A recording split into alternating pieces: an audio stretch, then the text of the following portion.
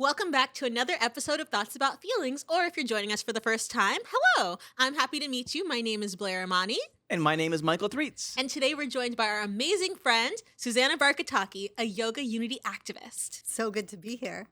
We've got some thoughts about feelings. Think of the places we can go and the people we'll meet, the things that we'll see. What do you think? Are you feeling me? Thoughts about feelings. So to kick us off, I'd like to ask you, how are you really? I am really, really good. I'm in a moment of learning. I'm getting a PhD in East-West psychology, and I literally just started. So like week 2, big learning curve, but lots of like thoughts and stimulation. And so I am practicing with the yogic concept of shamatha, like coming back to a point of focus and trying to remain kind of like even while I'm excited and scared and nervous and all the things. Oh, that's really exciting. What was the term again? Shamatha. It's Shamatha. like single pointed focus. Ooh, I definitely need to embrace that because I have had to stop taking my ADHD medication for the pregnancy. And so I have a lot of energy. It's not very focused at all. So I could definitely use some shamatha. I have so many questions about your PhD and other things, but we always like to also get started with a library kid question, just something that they would meet you, they would learn about you, and they would be like, this is my question, I have to ask it. And I don't know if you've met many library kids, but they tend to be quite unhinged. And I feel like once they find out that you're a yoga practitioner, they would ask, do you ever get stuck in a yoga pose? That's great. First, I was totally a library kid. I would walk to my local library with a stack of books taller than my head, and I was pretty short. Still pretty big stack. Huh? Yeah. So, yes, you can get stuck in a yoga pose. I think one that I've gotten stuck in is when you're standing on your head, which is also really fun for library kids to see. If you go a little too far over, you can fall down. So you have to kind of use that core strength to stay up and not fall. Wow. Have you ever done yoga at a library? I have not. Oh. I hope to do that. You should. You should reach Yeah. out. Libraries are always trying to do different programs and introduce yoga and stretching and mindfulness. Yeah, that would be really, really fun. I've done yoga in a lot of classrooms, but not libraries. Nice. And you used to be a teacher, right? Yeah, I taught K-12, so high school, 5th and 6th grade, English and Nice. history. Very hard grades to teach. Yeah, yeah. And so, because our show is Thoughts About Feelings and we like to talk about mental health, and it sounds like you're in a great place of mental health, I wonder if you use yoga as a tool for mental health. I know a lot of people do. So, what is your relationship with mental health, and how does yoga and mental health sometimes overlap? Yeah. I mean, my journey with mental health can't but include being an immigrant, being a woman, being a survivor of trauma, experiencing racism, right? All of those things really influenced my lack of mental health for a long time in my life. And yoga definitely has contributed to it, but I also am it's important to say yoga is not a replacement for therapy, right? Therapy is it's been an important part of my life. And there is also yoga therapy. And that is kind of the application of yogic practices to things like depression or anxiety or stress. So for me, it's an integral part of what I do. Like I wake up every day and I check in, like, what do I need, right? What do you need right now? And then I might do a breathing practice, or I might do a movement practice or a mantra, which is like sounds, anything based on what I need in that moment. And so it's kind of like having this tool belt of things you can just pull out and use. Wow. I've only ever done yoga a handful of times. What is it about it that helps your mental health? Is it the actual breathing that you talked about? Is it the movements? Is it just escapism? Yeah. What aspects help you with the actual mental health aspect? I mean, the beautiful thing is, I think it can meet you where you are, right? So if you need an escape, it's great. You get to block out the world for the hour of the class that you go to and just like breathe, relax, move. And yoga is actually a whole system that's been around for thousands of years of personal and collective liberation, right? So you can meet it and it can meet you wherever you need to be. So yeah, it's breathing, because our breath is actually one of the fastest ways to bring ease and peace, like to regulate our nervous systems, right? So it was looking at our whole mind, body, spirit system. In yoga, it's called soma. Like our whole system, and practices to harmonize those. Wow. Is it SOMA? Yeah, Awesome. Just so I SOMA. can look it up later and It learn, can be learn really all about helpful. it. I have sometimes, like if I'm around sirens or if I'm around police, especially after I got arrested, I have a hard time. Mhm. And I was going to speak at this campus in New York, and I got lost on the campus. I couldn't find I couldn't find where I was supposed to go. I think it was like Staten Island. And the campus police was like, "Don't worry, we'll come find you." And I was like, "Oh boy. Oh, my nervous system is activated." So they had me sit in the front of the squad car and they drove me to the theater. And then I had to go up on stage because I was already running a little bit late. But I didn't have, I sometimes would take a rescue medication if I was going to have a panic attack. It didn't feel like it rose to that level, nor did I have the medication with me. So I just went into child's pose where I kind of just like laid on the floor. I can't really model it because I'm pregnant now, but and I just did some deep breathing, and it just helped me, come back to myself. And then I was like, I just need 2 minutes. Let me do this. And then I went on stage. It didn't, but it helped me not have a panic attack. And it helped me kind of regulate my nervous system. And so that's how I've used it in the past. And it's been very helpful during pregnancy because, again, I can't use all the medications that I've been prescribed. And sometimes I got an email from someone who I don't have the best experience with. And sometimes people reach out. You can't really control your inbox. Or sometimes I get unsolicited advice about my pregnancy that really sets me off. And I'm like, okay, well, now is not the time to react. But I think what I really love about what you do with your yoga practice, Susanna, and what you've taught me so much about is that it's not about bypassing. It's not about bypassing that outrage. It's not about ignoring the problems of the world. And right now you have been, not just right now, but I think particularly what I've seen on social media is you kind of, I don't know, what do you call it? Wheat pasting different posters up. Can you share some of those slogans that you've been sharing and kind of the thought process about people not bypassing politics when it comes to yoga? Yeah. Oh my gosh. I can't wait to share about that. I just got very excited when you talked about child's pose in that moment. And I wanted to share a practice that maybe folks who are listening could do too. Do you want to try it? This is something I do when I'm anxious or stressed. I take my hands and I touch my pointer finger and thumb. And then you can just say, I am, next finger, so calm. I am so calm. And then if you want to add sa, ta, na, ma, which means truth is my name. Sa, ta, na, ma. I am so calm. I do this when I really don't like the dentist, at all. It makes me feel panicked. And so I'll just sit there and do I am so calm, sa, ta, na, ma.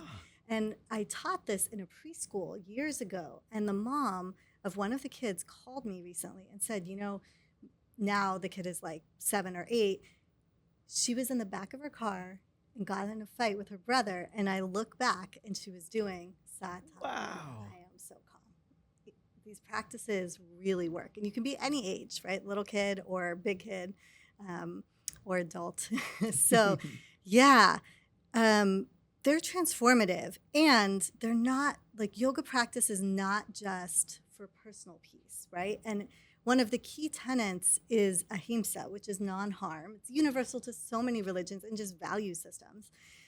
And it's interrupting harm wherever we find it. So I was like, okay, I'm going on this book tour. I'm going to be traveling all over the country. Let me go do something a little subversive and put up some posters, especially around Erewhon type stores and yoga studios that are your ancestors didn't meditate for hours in lotus for you to manifest a Tesla, or yoga didn't teach you the liberation of time, place, space, gender, identity for you to not stand up for trans rights when they're being trampled.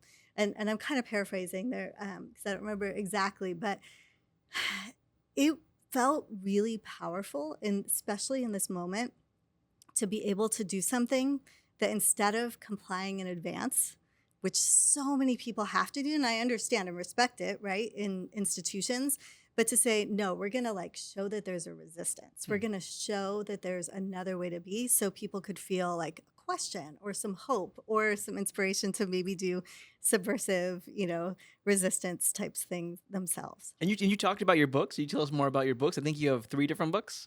Yeah, I have 2 and a workbook. So the first book, Embrace Yoga's Roots, I really wrote to help people like see that yoga comes from a place and a people, right? Like, I don't know if you've seen those shirts that are like no immigrants, no whatever, like no immigrants, no yoga. Like if there were no South Asian immigrants, we wouldn't have this practice at all, and think about all of the way yoga has been kind of commodified and turned into like a consumer product just for kind of like what you said, like to escape or to avoid reality.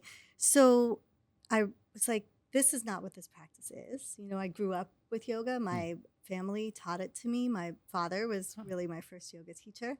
And so I wanted to write something that would help like point out the problem and then help people understand their place in it and how they could practice more deeply. Nice. And that's all in the books? That's all in the first book. And then the second book, because in a way, the end of that book was like, okay, we see the problems, right? Like we can name them. We see them in ourselves and in the world.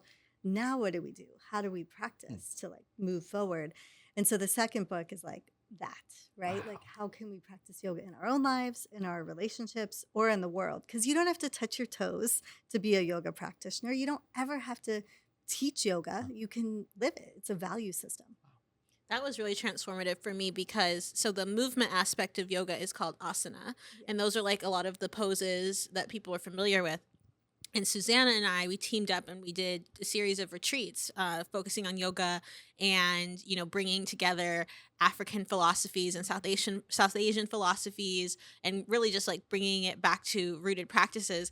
And when we were creating some of the curriculum around it, you were like, well, you're a yoga practitioner too. And I was like, what are you talking about? I don't have my certifications. I don't have my, my YTTs and everything. But I'd love if you could talk about how yoga is beyond just the movement practice because, well, not just the movement practice, but how it's beyond the movement practice because there are so many aspects to it. Yeah.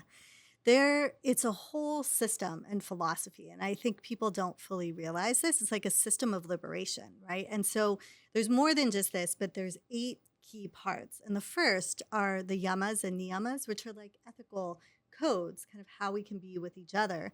And then the niyamas are like the inner kind of secret yogi codes, how you can be with yourself. Like ahimsa is one of the yamas and joy is actually one of the niyamas. So like practicing joy is a way of practicing yoga. Then there's asana, which is the physical practice. And really asana in the Yoga Sutras, it's described as a calm and easeful seat, right? Like however you can take an easeful seat in the moment in your body, like finding that stability. Pranayama, which is breath, like working with the breath, but also, yes, you can all take a breath. It's also your life force and like the energy we all have that, and you can kind of feel it, right? In people, that fire that's in our brains, it's in our guts. It's like that thing that motivates us. That is pranayama too. That is working with our life force and what cultivates it, what nourishes it, and noticing what depletes it and then doing less of that, right?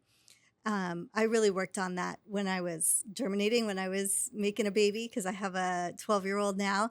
And through doing that work of like nourishing myself, because you're doing so much work nourishing another being, I realized, oh, I spent a lot of my life like forgetting that I needed to cultivate my own life force and own life energy. So it's a powerful practice. And then dharana, which is like mindfulness and focus. It's kind of like shamatha, that single pointed focus, but you can focus on anything for dharana. You could focus on a candle. You could focus on a book. You could focus on, a conversation with a friend. Anything can be that single pointed focus. Dhyana, meditation, and there's so many kinds of meditation. Anything that brings you into flow. And samadhi, bliss, joy, freedom. So all of that is in yoga, right? And if people don't know, they might be like, oh yeah, I go to like get my workout or feel a little less stressed, which is great. And celebrate that 100%. And there's more if you want. Starting over in a new country is really difficult, even under the best circumstances. For families fleeing violence, persecution, or war in their home countries and resettling in the U.S. as refugees, the experience can be lonely, scary, and even traumatizing. That's why we want you to know about an amazing nonprofit that we support, Miri's List, a community organization that improves the experience for new arrival families by alleviating some of the most difficult challenges they face, like getting their new home set up, learning English, getting mental health support, and making friends. With practical support and joyful friends waiting to welcome them, resettling families are set up to thrive through Miri's List's wraparound program that extends long beyond government support. We are in an extremely dark moment in our country for immigrants and refugees, with resources available to the most vulnerable families in our country reduced day by day. But we can help. There is so much we can do. Join us in supporting Miri's List at give.mirislist.org and pitch in to welcome 350 more families in 2026. We are the neighbors, and we aren't going anywhere. You mentioned it several times of the word liberation, and you also talked about activism. And I never imagined yoga as activism. How do you see yoga as activism, and how can others use yoga to be activists themselves? I'm so glad you asked that. I mean, in one way, it definitely is activism for personal, like, mental health, right? I see that as liberatory for ourselves, and particularly for folks who experience marginalization, like taking care of ourselves is revolutionary, as Audre Lorde said, right? Paraphrasing her. And from all the way back, thousands of years ago, so if you can imagine Indus Valley civilization, Saraswati River, this beautiful river flowing through mountains, trees, organized civilization, right? Just like, in India is very similar to Africa, and there was trade between the two places. But I think it's so important to acknowledge as well that these ideas were co-evolved across continents and countries over thousands of years. And so organized society. And then there were people who were like, wait, but we're still not happy. We're still not feeling like truly free or truly peaceful. So they went out of those, like the villages, the cities, and they sat under trees or at the base of mountains, and they practiced to find freedom, right? So they were running against the stream. They were running and pushing against kind of convention. And later, this is still like ancient history, but it was later for them. So like fast forward a couple hundred years, it started to be that the practices were so powerful that a small group of like Brahminical, priests said, oh no, you no longer have access to this practice. You have to go through a priest. So only men, only people of a certain caste could practice. But yoga practitioners were always like, no, that's not how this works, right? We have access to freedom and peace and power for all of us. So women practiced, Dalit folks, outcast folks practiced, and there were like quiet revolutions over and over and over again throughout history, up until the very now more modern times with British colonization of India. The overthrow of that colonization, it was 200 years of economic rule and 200 years of political rule, right? So 400 years of India being colonized by the British. The thing that helped aid that rule being thrown off was yoga. So Gandhi, who many of us know and is a complex figure, problematic figure in many ways, but there were many people working alongside him who were studying like the Bhagavad Gita, a sacred yoga text, and other texts, and they cultivated soul force, which satyagraha, satya is truth, graha is like a force or a power, through yoga practice. Because yoga cultivates a kind of inner power that can't be given and it can't be taken away. And so then they said, look, we're not going to tolerate this oppression. We're more of them than there are, more of us than there are of the oppressor. So we're going to stand up and fight back. And that led to India being free.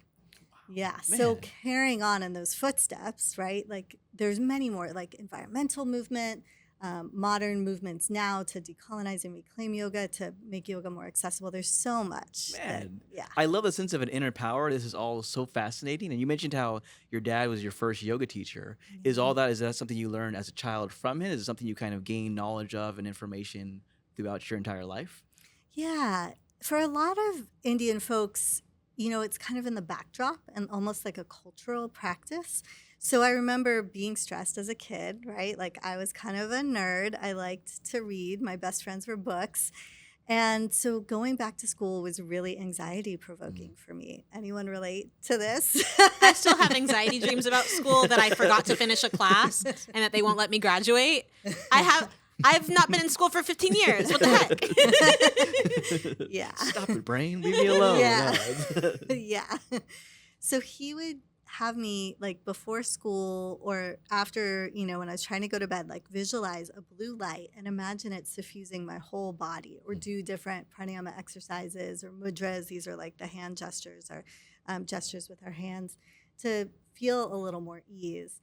And then they raised me with the yoga philosophy elements, the values, but it wasn't so much the asana, the physical practice. So honestly, I was really confused when we moved to LA, because I'm an immigrant, right, from England.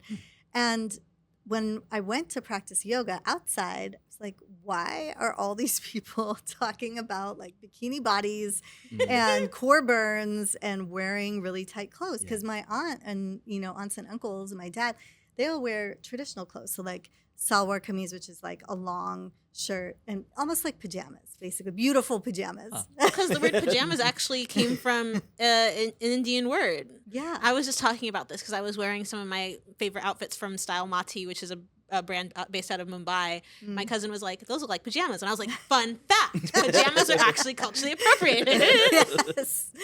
Yeah. So it came from that kind of family background, but then also it took me understanding there's something bigger going on than just like me not fitting in to the yoga space. So if anyone feels like you don't fit into yoga spaces, they are for you. It's just that they aren't practicing the fullness of yoga.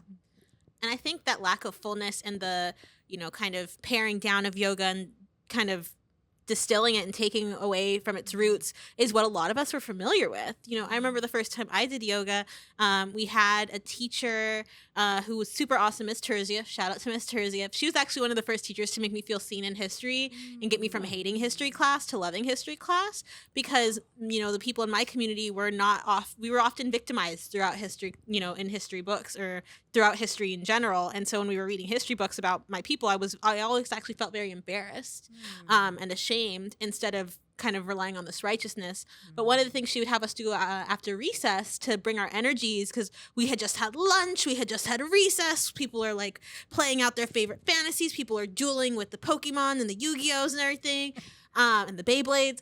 So how do we get that to calm back down? And so she would have us do some pranayama practices, and she actually had a very expansive way of looking at yoga more in its fullness.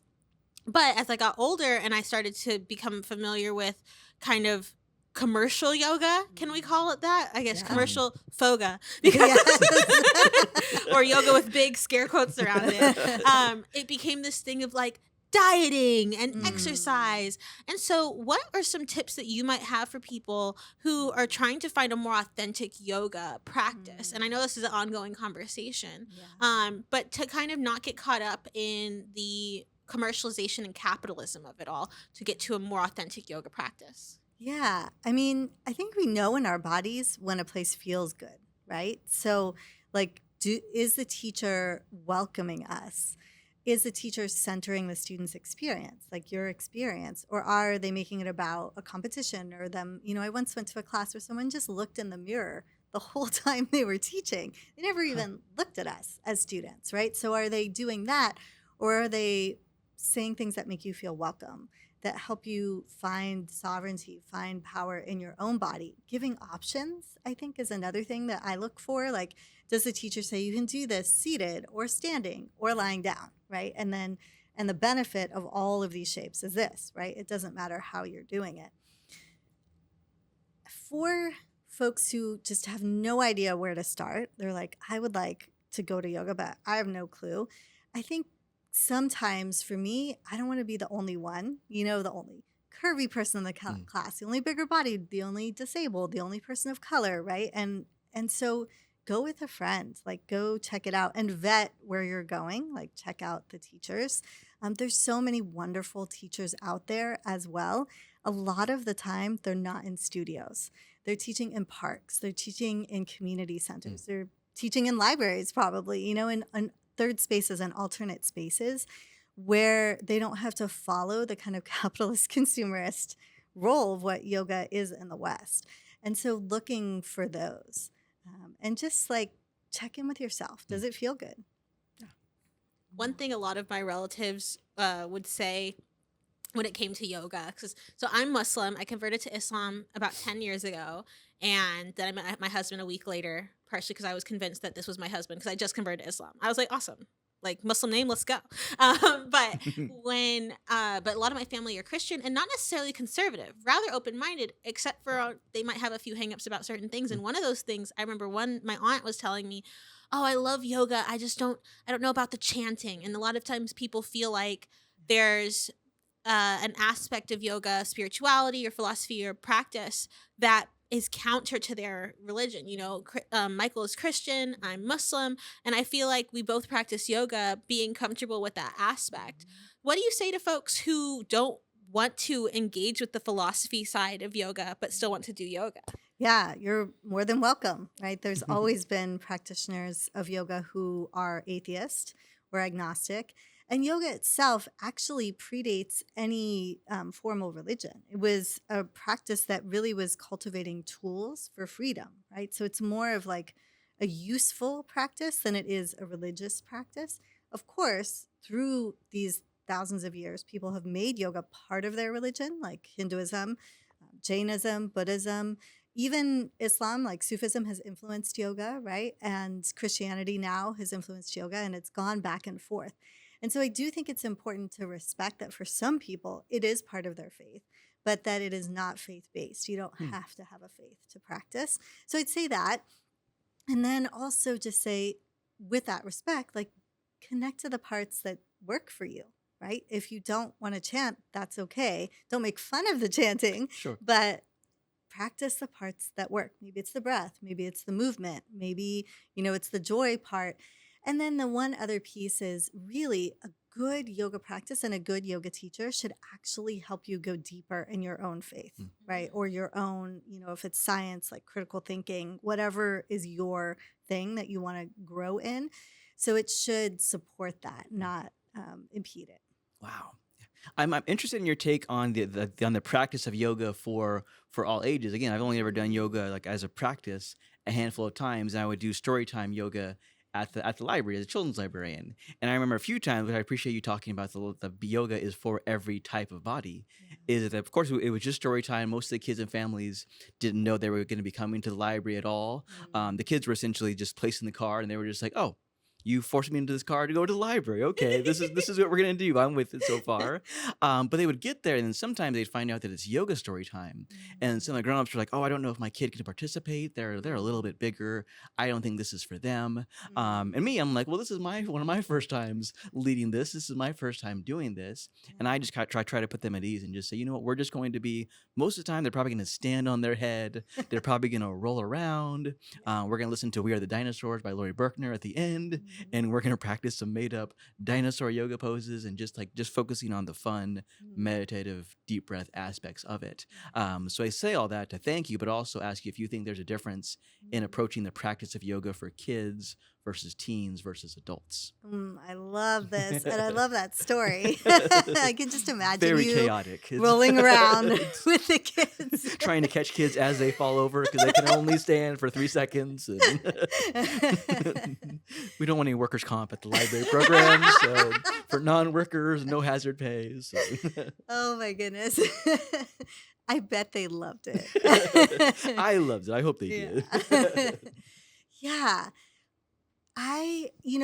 One of my teachers, TKV Desikachar, said there's as many yogas as there are people in front of you to teach, right? So every person deserves to, at every age, deserves to have the practice meet them where they are. And I've been a parent. I've taught yoga to preschool. I've taught to elementary school, high school, and now I mostly teach adults, right? So kids in big bodies. And absolutely, it needs to adjust, right? Some of those young, like pre-K, K, the younger elementary years, we did a lot of music. We did a lot of story time. Like some of my favorite, because I also taught in Florida, and you can't use Sanskrit words. I couldn't really even say yoga that much, but they're like, come teach yoga, but just don't call it yoga. And so we would read kids' books. And one of my favorite books, do you know the Penguin and Yes, Pinecone I do. series? Mhm. Yeah. So kids' books talk about the values that are in most faiths, right? Most religions, most value systems, and they're definitely in yoga. And so in that story, it's about a really cute penguin, and the penguin befriends a pine cone, and penguin lives in cold place, pine cone needs warm places. And through their friendship, penguin realizes, oh, I need to take pinecone back, like away from me to his own, environment.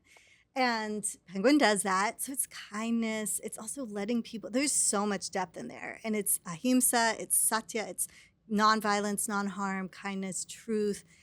And so I tell, we do the story, we talk about the values, but we also do penguin pose or pinecone pose, right? And like all those things as we're doing it.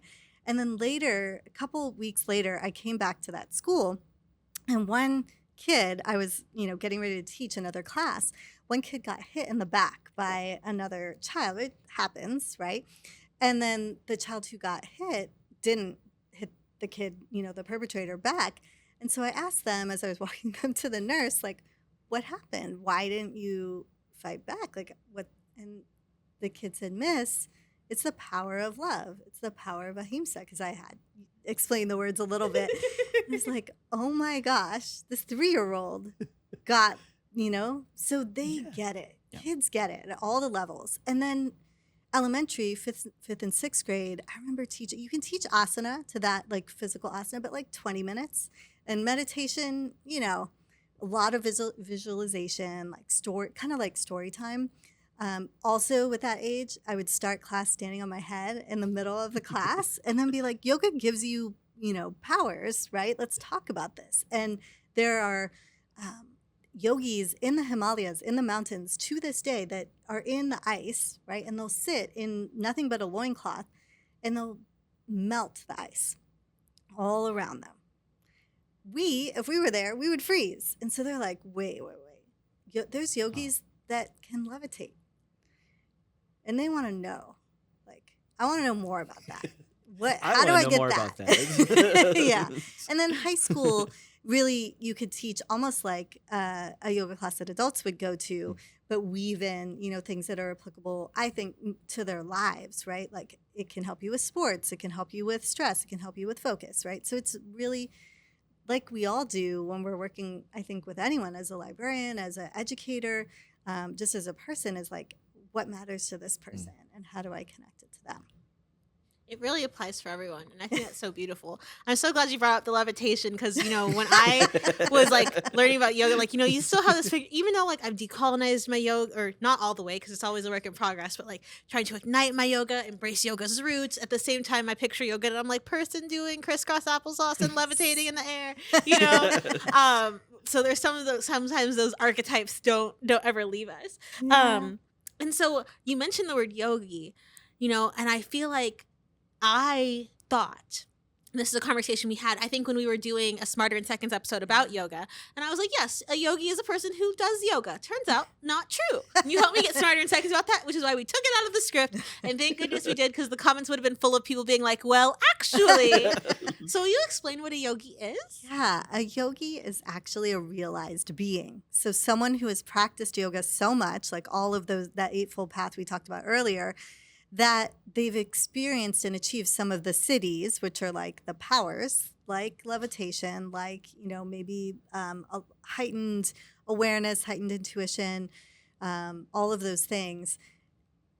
The trick is you can't practice just to get the siddhis. You have to just practice for its own sake, and the powers come. That's an aside. But I, for example, am not living on a mountaintop and like practicing under trees and by rivers and streams all day long. I'm in the world. I'm a parent. I run yoga teacher trainings. Like I'm doing things in the world all day long. So I wouldn't say I'm a yogi. Do I have moments of realization and freedom and peace? Absolutely, yes. I think that's part of what yoga has given me, is access to that more and more and more.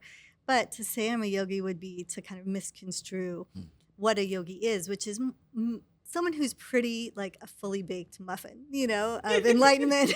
And I'm like a, partially baked muffin, like a little bit.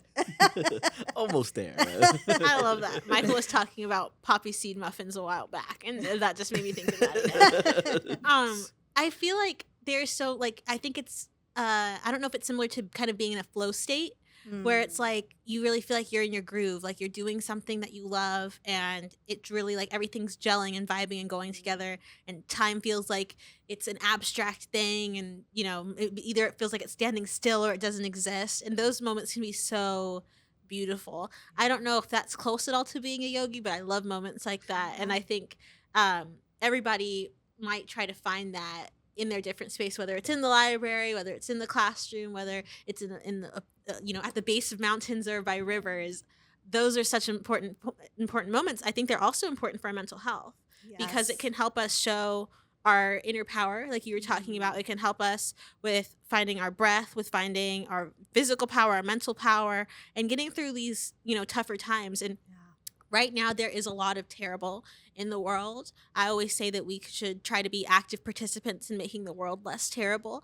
I'd love to know how you're working to do that and what you would say to encourage someone if they feel like it's just so overwhelming and they don't know where to start. Yeah, absolutely. I mean, first, so right on. Anything that brings us those glimmers of joy or glimmers of flow, yes, you are practicing yoga, if you want to call it that. You don't have to take that on if you don't want it.